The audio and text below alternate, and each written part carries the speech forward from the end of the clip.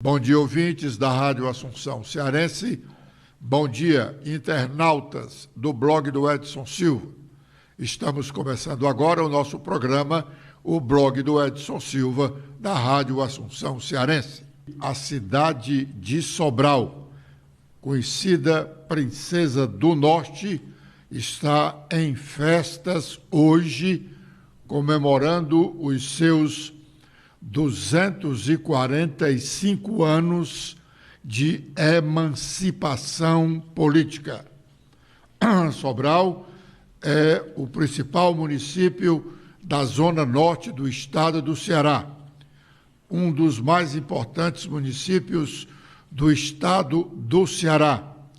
Até bem pouco tempo, tinha uma influência política muito grande, tanto que alguns governadores do Ceará foram escolhidos na Serra da Meruoca, um local de veraneio dos ricos de Sobral. Lá ficavam as residências das principais lideranças políticas da cidade e do estado do Ceará, como o juiz José Saboia de Albuquerque e o deputado federal Chico Monte. Os dois dominaram durante muitos anos a política no estado do Ceará e, por isso, escolhiam os governadores. Mas Sobral deve realmente muito a Dom José Tupinambá da Frota. Ele foi quem praticamente fez a cidade, construiu os mais importantes prédios até hoje que tem o município de Sobral. Construiu o Seminário da Betânia, onde hoje funciona a Universidade Vale do Acaraú. Esse prédio ficava num extremo da cidade. No outro extremo, ele construiu a Santa Casa de Misericórdia. E entre os dois, construiu os dois principais colégios da cidade. Um colégio, na época, era só masculino e o outro só feminino. O Colégio Sobralense e o Ginásio Santana. O Colégio Sobralense para homens e o Ginásio Santana para mulheres. Então, é motivo de muita alegria para todos os sobralenses e para os cearenses, de um modo geral, este 5 de julho, em que a cidade completa 249 anos. Desculpe, eu falei 245. 249 anos. O presidente Lula experimentou ontem mais um constrangimento ao tomar posse como presidente do Mercosul e defender o ingresso no Mercosul da Venezuela. Vamos ouvi-lo. Não sei se vocês se lembram, me parece que a última vez que eu presidi o Mercosul foi em 2010. Exatamente no último ano que eu deixei a presidência, eu não sei se foi aqui ou se foi... Foi do nosso lado. Sabe? Mas foi uma reunião aqui na Tríplice Fronteira do lado brasileiro. Portanto, fazem 13 anos que eu fui presidente do Mercosul e reassumo agora. Nós temos alguns compromissos que já não podem mais ser adiados. Eu quero chamar a atenção de vocês porque dirigir uma entidade que a gente quer valorizar, como a gente quer valorizar o Mercosul, pressupõe que sejam dirigentes aqueles que estão no cargo e aqueles que não estão no cargo. Nós precisamos concluir o acordo Mercosul e União Europeia. Já não há mais explicações porque tantos anos de espera na reunião Mercosul-União Europeia. Eu lembro Amanhã eu vou falar por telefone com o Pedro Sánchez, o nosso presidente do Conselho de Ministros na Espanha, que vai assumir a União Europeia. E eu vou falar com ele porque ele acha que nós precisamos discutir, ele acha que a Espanha seria importante fazer o acordo enquanto ele presidisse. E eu lembrei que o Zapatero, quando assumiu a presidência da União Europeia, também ele queria que a gente fizesse um acordo, sabe, no momento em que tivesse um espanhol presidindo a União Europeia.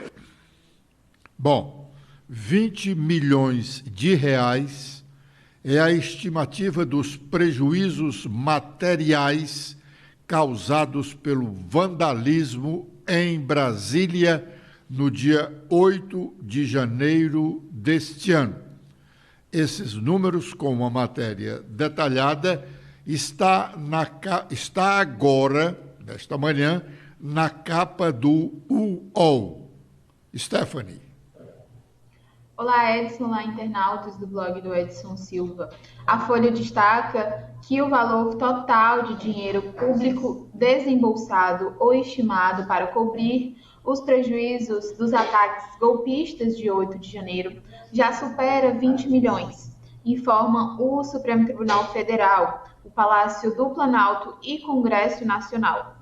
Os dados mais atualizados foram obtidos pela Folha por meio da Lei de Acesso à Informação e também com a CPI do 8 de janeiro. Segundo as informações fornecidas pela cúpula dos três poderes, o STF teve o maior prejuízo, com um valor de 11,4 milhões até agora, entre dinheiro já desembolsado e estimado. Em seguida vem o Congresso, com 4,9 milhões, 2,7 milhões na Câmara e 2,2 milhões no Senado Federal. E o Planalto com 4,3 milhões. O valor total das perdas causadas por apoiadores do ex-presidente Jair Bolsonaro ainda deve crescer, já que há custos que 6 meses após o ocorrido ainda não foram estimados. Mil desculpas aos telespectadores, rádio-ouvintes e internautas. Este bairrista sobralense conseguiu errar a data do aniversário de Sobral em pelo menos 2 oportunidades.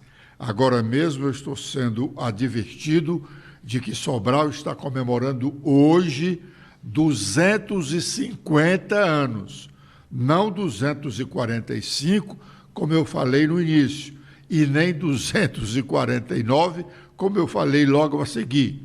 São exatamente 250 anos que Sobral comemora neste 5 de julho.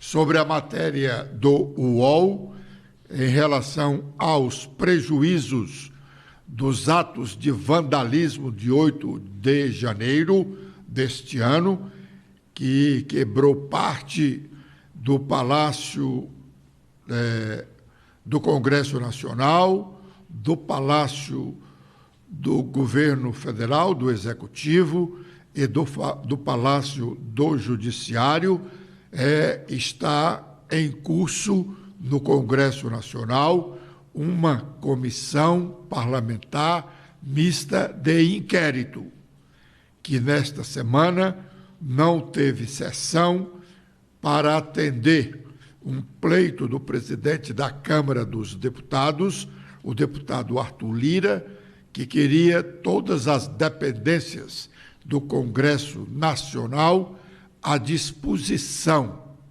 desse período extra que a Câmara está fazendo agora para votar matérias importantes como o arcabouço fiscal e a reforma tributária. Mas a Comissão Parlamentar Mista de Inquérito vai ouvir o ex-ajudante de ordens do ex-presidente Jair Bolsonaro na sua próxima reunião, na terça-feira da próxima semana. O esforço concentrado na Câmara dos Deputados para a votação da reforma tributária e outras tem levado a Brasília caravanas de governadores e prefeitos. Todos têm em comum o interesse, ou dizem ter um discurso comum, que é o interesse a ser considerado pelos deputados. Mas o sentimento geral é de que a reforma deve ser aprovada, porque o Brasil precisa de uma reforma, mas aprovada atendendo aos seus interesses. Uma reforma, os governadores dos estados de São Paulo, Rio de Janeiro, Rio Grande do Sul e Minas Gerais, ontem foram representados no discurso do governador de Minas, Romeu Zema. Vamos ouvi-lo. Primeiro tem que ficar claro, o Brasil precisa de uma reforma tributária. Como eu já sempre menciono, hoje todo empresário calça uma bota de chumbo, 5 quilos em cada pé. E quem vai andar, quem vai correr com 5 quilos em cada pé vai ter muita dificuldade. Então o Brasil é um país que tem crescido menos do que o mundo. E a reforma tributária é fundamental para o Brasil ter uma economia mais dinâmica. Agora, o que nós não podemos é ferir o pacto federativo, e essa reforma está ferindo. Alguns municípios vão perder arrecadação, vão perder autonomia e estados idem. Eu não quero amanhã, como governador de Minas, ter de ir a Brasília pleitear recursos que hoje caem no meu caixa naturalmente. Tenho certeza que aqui o vice-governador Darcy tem a mesma percepção também. Então, a reforma tributária, ela está criando um conselho tributário, aonde cada estado tem um voto, e nós temos estados que são muito diferentes. Nós não queremos estados do Sul e do Sudeste, que são só 7 votos, num conselho de 27, mas que representamos mais da metade dos brasileiros, amanhã sermos prejudicados. Termos aprovação de regulação que tornem as nossas economias, que são as mais dinâmicas, menos competitivas, que tirem recursos de nós. Bom, são vários os interesses dos governadores. Vários. Esse apontado pelo governador Romeu Zema é comum a todos os governadores do Sul e do Sudeste, porque, na verdade, a grande produção da indústria nacional vem dos estados do Sul e do Sudeste. Os governadores do Norte e do Nordeste, se não estão muito satisfeitos, estão satisfeitos com a proposta que aí está, porque alguns deles, inclusive o Ceará, poderão ter melhorias nas suas arrecadações, porque hoje nós somos um estado, ou praticamente todos os estados do Nordeste e do Norte, somos estados consumidores e, por isso, pagamos ICMS e uma parte desse ICMS vai para os estados produtores.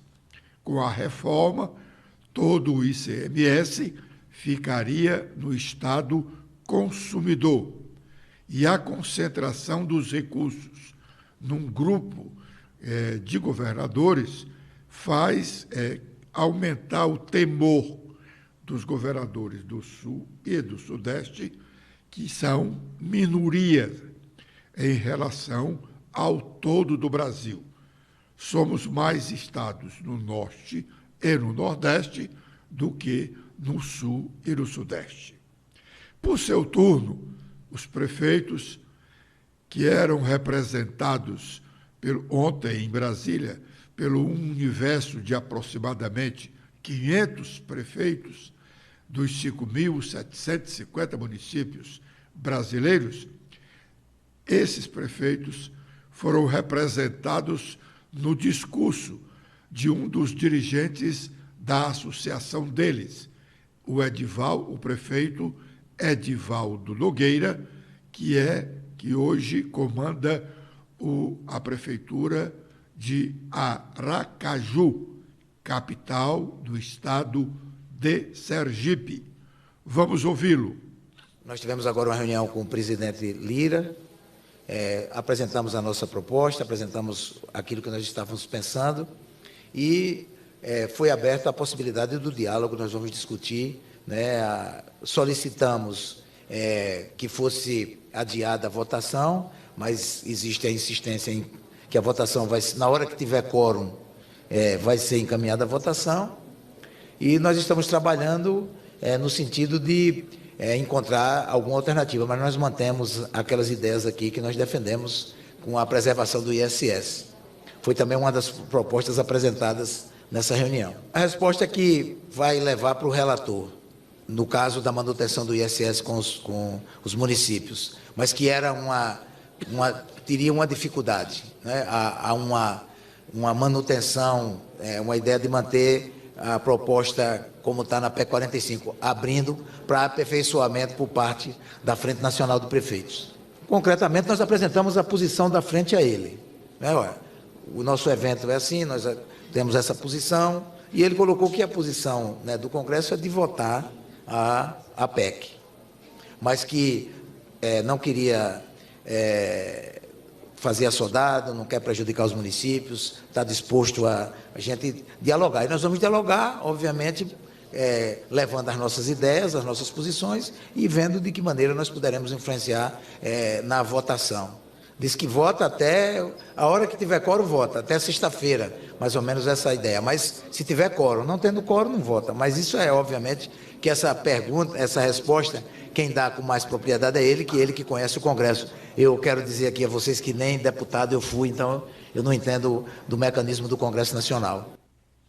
Bom, hoje, cada um dos entes federados tem um imposto para chamar de seu. O que é que estou querendo dizer? Prefeituras, estados e União. Cada um desses entes tem um imposto que ele arrecada. A União arrecada, dentre outros impostos, o IPI, Imposto de Produtos Industrializados. Toda a arrecadação do IPI é feita pela União.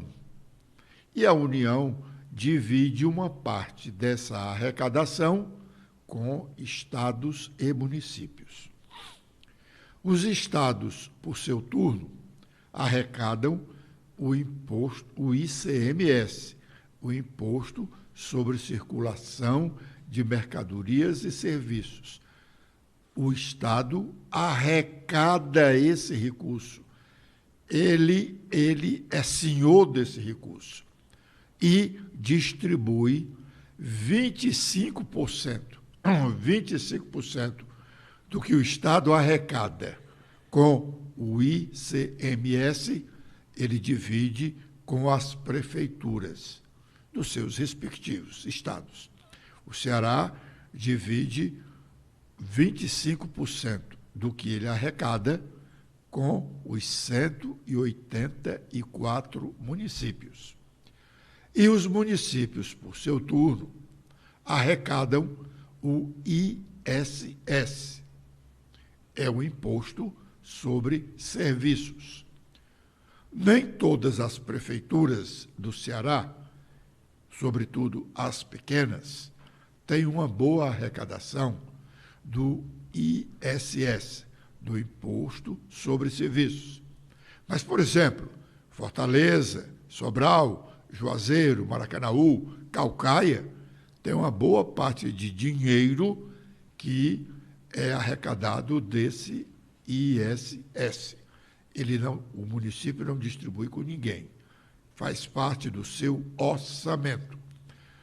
Com essa reforma, os prefeitos vão deixar de ser dono da arrecadação do ISS, os estados vão ser dono da arrecadação do ICMS e a União continuará sendo a grande arrecadadora. Eles estão criando um imposto único, que se chama, ou que se chamará, IVA. IVA é o imposto do valor agregado. Esse recurso, então, seria concentrado numa unidade e essa unidade faria a distribuição. A dúvida dos governadores e dos prefeitos é exatamente quanto ao controle dessa distribuição. Sem dúvida, de plano, os estados do Sul e do Sudeste perderão a arrecadação, porque a arrecadação do ICMS de São Paulo é um valor astronômico. O ISS da Prefeitura de São Paulo, idem. E esses grandes municípios e os estados produtores sairão perdendo alguma coisa e ninguém quer perder nada. Agora é o momento de sabermos quais as nossas manchetes. Letícia. Olá, Edson. Olá a todos que acompanham o nosso programa desta quarta-feira. Com as atualizações feitas no nosso blog, temos que na Câmara Federal, prefeitos se manifestam contra a reforma tributária. Em reunião ocorrida ontem, prefeitos das principais capitais afirmam que a reforma vai reduzir a arrecadação dos municípios. O presidente da Câmara, Arthur Lira, confirma que a demanda econômica será votada à medida que os consensos forem obtidos. A reforma tributária, o projeto do CARF e as mudanças do Senado no texto do arcabouço fiscal integram a pauta aprovada pela Câmara dos Deputados. Também temos que decretos que facilitavam a compra de armas são suspensos pelo Supremo Tribunal Federal. A Corte analisou no plenário virtual 11 ações elaboradas durante o governo Bolsonaro, que estão sobre a relatoria dos ministros Edson Fachin e Rosa Weber, a presidente da Corte. Com os destaques nacionais, temos em principal manchete um compilado de questionamentos e respostas sobre as mudanças nos impostos, cesta básica, combustível, Netflix, o que a reforma tributária pode mudar na sua vida. Os brasileiros vão pagar mais impostos? Remédios vão custar mais caro? Entenda a proposta discutida no Congresso em 23 perguntas e respostas. Com os destaques do Globo, temos em principal destaque a guerra de forças sobre pressão. A ministra da Saúde, Nízia Trindade, destrava verbas e faz acenos à oposição. Sobre mudança no Ministério, Lula promete hospital por troca no turismo e Vaguinho negocia cargo. Ao lado de governador do Amazonas, Fernando Haddad defende regime diferenciado para a Zona Franca até 2073. E com as últimas da Folha de São Paulo, temos sobre jurídico, Zanin nomeado no Supremo Tribunal Federal. Vocês podem ver quando os atuais ministros se aposentam. A posse do novo ministro no Supremo está marcada para ocorrer no dia 3 de agosto. Sobre ataque à democracia, verba pública gasta com prejuízos do dia 8 de janeiro, que já ultrapassa 20 milhões de reais. Dados de invasão aos 3 poderes foram obtidos via a Lei de Acesso à Informação, mais conhecida como LAI, e a CPI. Bom, ontem nós dissemos aqui que o presidente da Câmara dos Deputados, o deputado Arthur Lira, poderia sair do encerramento dos trabalhos desse primeiro semestre do ano, com uma certa frustração por não aprovar a reforma tributária, apesar da sua persistência. Mas, se a persistência e a força do presidente da Câmara fizer valer a votação, sem dúvida, essa matéria vai ficar empacada no Senado, porque o Senado da República é representado por 3 senadores de cada estado. E aí prevalecerá a força dos estados do Norte e Nordeste. Bom, a sessão de ontem da Assembleia terminou gerando uma bagunça no plenário. Um deputado governista, depois da articulação da liderança do governo, que esvaziou o plenário para não dar vez à oposição se manifestar quanto a um pedido de votação em regime de urgência de matérias do governo. Aqui é bom ressaltar, o governador é humano, não tem pedido regime de urgência para a votação de suas matérias. É a liderança do governo para puxar o saco do governador que tem requerido regime de urgência, o que faz uma matéria ser lida às 9h30 da manhã e 1h da tarde já está aprovada. A oposição protestou e a base governista esvaziou o plenário. Quando esvaziou o plenário, aí foi uma bagunça mesmo. Os deputados, alguns deputados, começaram a falar no meio do plenário, fazendo lives para as suas redes sociais, denunciando a pressão da base governista. Começou com o sargento Reginaldo, e aí foi até o deputado Alcides Fernandes, tudo sob os olhares do próprio presidente da sessão, que já havia encerrado quando um dos aliados pediu verificação de quórum ou verificação de presença e ficou constatado que apenas 10 deputados estavam em plenário e um pelo sistema virtual. Esse um era a deputada Silvana, que imediatamente saiu da virtualidade e foi para o plenário, mostrando até cicatrizes de uma cirurgia que ainda guarda repouso, mas disse que para confrontar aquele abuso da base do governo, ela fazia aquele sacrifício. Na verdade, tem sido um abuso que a liderança do governo tem feito lá durante as sessões da Assembleia Legislativa para puxar o saco do governo. Aliás, falando de deputados, ontem a Assembleia publicou atos de aposentadoria de vários ex-deputados, todos eles com uma boa soma de recursos. Tem deles o que ganhará menos como aposentado, ganhará R$ 19.300 por mês, e um ganhará R$ 31.000 por mês de aposentadoria. Com esta informação, nós estamos encerrando o nosso programa de hoje, agradecendo a honrosa audiência dos ouvintes da Rádio Assunção Cearense e internautas do blog do Edson Silva. Até amanhã, 11h45, com a proteção de Deus. Letícia.